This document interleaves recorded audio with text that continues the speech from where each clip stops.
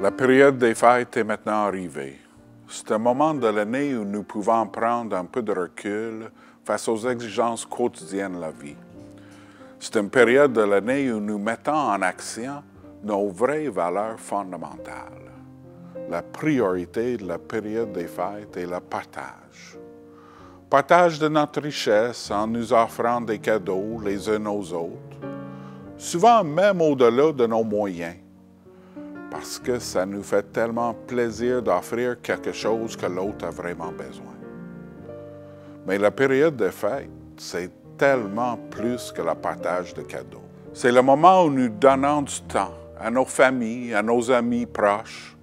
C'est le moment où on écoute plus qu'à tout autre moment de l'année les besoins, les aspirations, les résolutions de notre entourage. C'est une période de l'année où nous mettons en pratique nos valeurs profondes. D'ailleurs, nous ne les partageons pas qu'avec nos familles et nos amis. Demandez aux serveuses dans les restaurants. Demandez aux femmes de chambre dans les hôtels. Demandez aux enseignantes, aux éducatrices, aux personnes qui offrent des services. La générosité de leur partage s'exprime en masse à ce temps-ci de l'année. Mais pourquoi ce n'est qu'à cette période de l'année que nous nous faisons en priorité de partager? Pourquoi à partir du premier lundi du mois de janvier, il faudra qu'on remette cette valeur fondamentale dans la garde-robe avec le papier d'emballage, avec les lumières de Noël, jusqu'au mois de décembre prochain? Est-ce possible en 2015 d'ouvrir un débat sur la possibilité de refaire du partage de nos immenses ressources la priorité du Québec?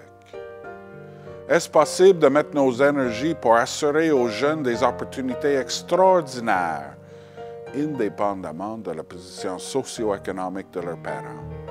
Est-ce possible de prendre des moyens pour que chaque Québécoise et chaque Québécois, peu importe leur âge, leur sexe, leur classe sociale, leur origine, puisse s'épanouir?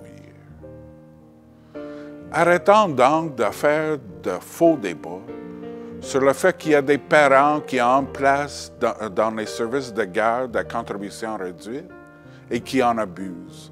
Le service de garde existe pour l'enfant d'abord et avant tout.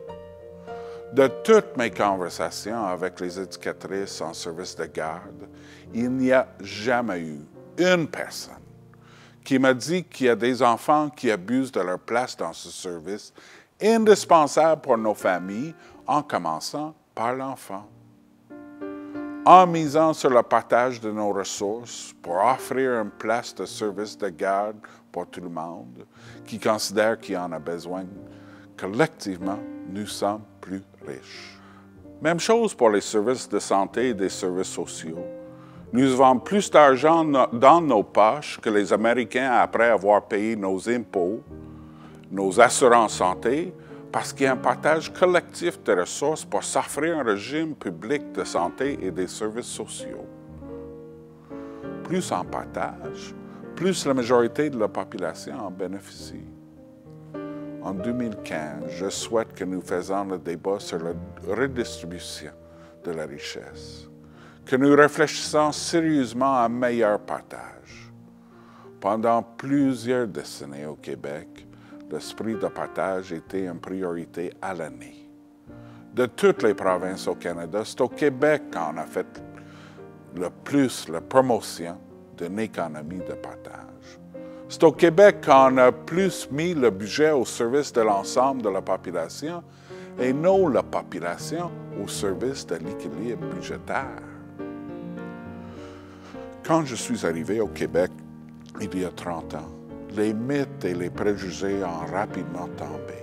La riche culture du Québec dont je bénéficie depuis le début, que ce soit les arts, une éducation universitaire qui m'était inaccessible en Ontario, mais surtout ce désir profond des Québécoises et des Québécois de bâtir quelque chose de durable pour l'ensemble de la population, me laisse endetté envers ceux et celles qui se sont battus pour défendre cette valeur pour le reste de ma vie. le Québec doit poursuivre sur la voie du partage et ne pas se laisser tenter par des tentations pour plus de richesse individuelle et moins de redistribution.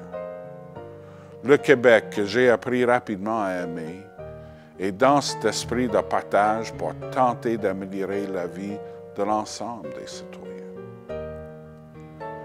2015 sera une extraordinaire occasion pour remettre cette question au centre de nos préoccupations. La Fédération prendra activement part à ce débat et travaillera pour accentuer le partage dans notre société. De la part de l'exécutif de la Fédération, de son bureau fédéral, du comité de négociation, des comités jeunes, femmes, LGBT, santé et sécurité, ainsi que de la part de notre extraordinaire équipe, je souhaite à nos membres et à leurs proches une période de fête reposante et pleine de partage. Une période enrichissante dans le sens noble du terme. En 2015, nous visons ensemble à revaloriser le sens du partage à l'année longue. Je vous souhaite de très joyeuses fêtes.